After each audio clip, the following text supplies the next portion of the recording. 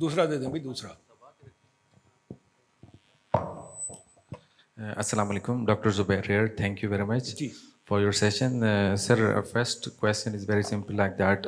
You have analyzed the data 1947 to 2023. What about your very summarized prediction?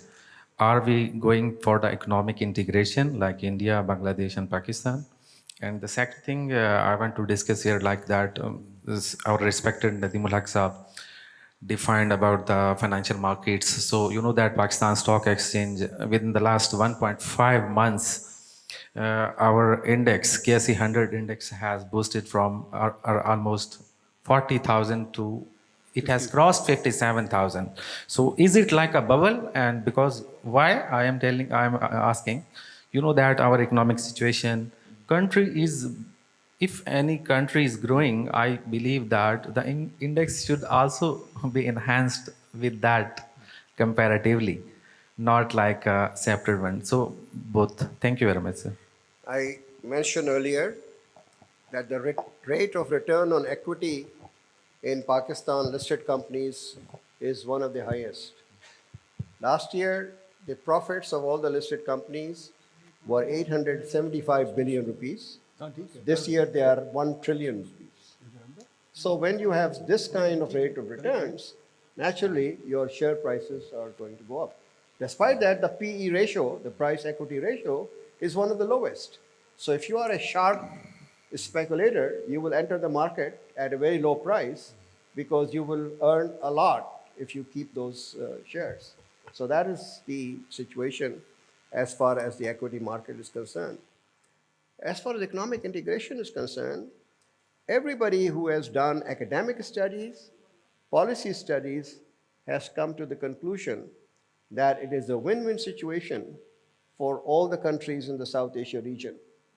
And the smaller countries derive much greater benefits being neighborly to a large economy, which is 80% of the GDP of the South Asia, 85% of the population. So if you look at the United States is not gaining so much from NAFTA or whatever it is called now as Mexico and Canada are getting.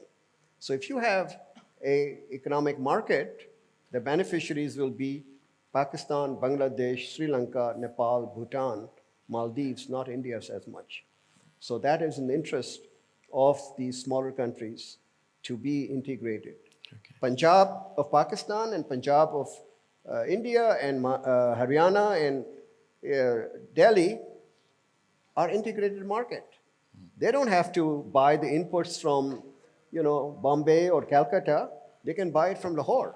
And the Lahore business people can buy it from Amritsar and Jalandhar and from Haryana.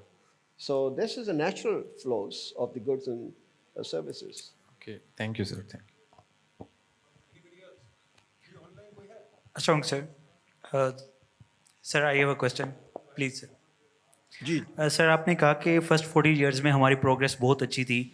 आपको नहीं लगता first 40 year में हम पहले CentOS का part है, फिर सेटो का पार्ट बने, फिर यूएसएस वॉर के अगेंस्ट जब अफगान वॉर हुई उसमें हम अमेरिका के अलाई थे, तो हमें बहुत ही ज़्यादा एड मिल रही थी.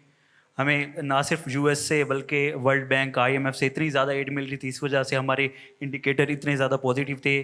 और आफ्टर द एटॉमिक बॉम्ब जब हमारे ऊपर सैंक्शंस लगी, फिर से हमारे वो ग्रोथ नीचे चली गई. लेकिन उसके बाद फिर जब 9/11 हुआ, हमें फिर से एड मिलना शुरू हुई. हम वॉर का हिस्सा बने, वॉर अगेंस्ट टेरर का, फिर से हमारे इंडिकेटर्स अच्छे हो गए. मतलब जब हमें एड मिलती है हमारे इंडिकेटर्स बहुत अच्छे हो जाते हैं. You are repeating the myth which exists. I believed in evidence.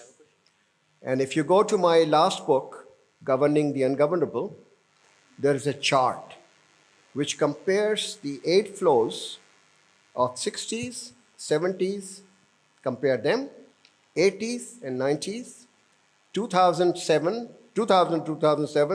and 2008 to 2013.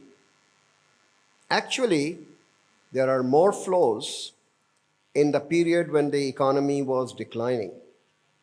During Mr. Bhutto's period, we were not getting the Western aid, but we were getting from OPEC countries.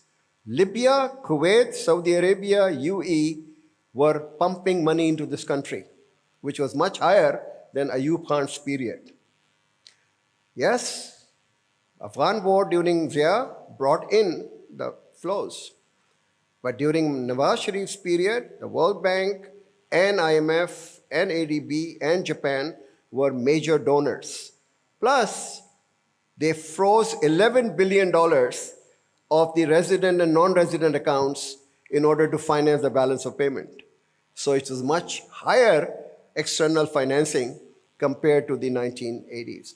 During 2007, we got more money as our reimbursement of the Coalition Support Fund. It was our money which we were spending and the US was giving us. But between 2008 to 2013,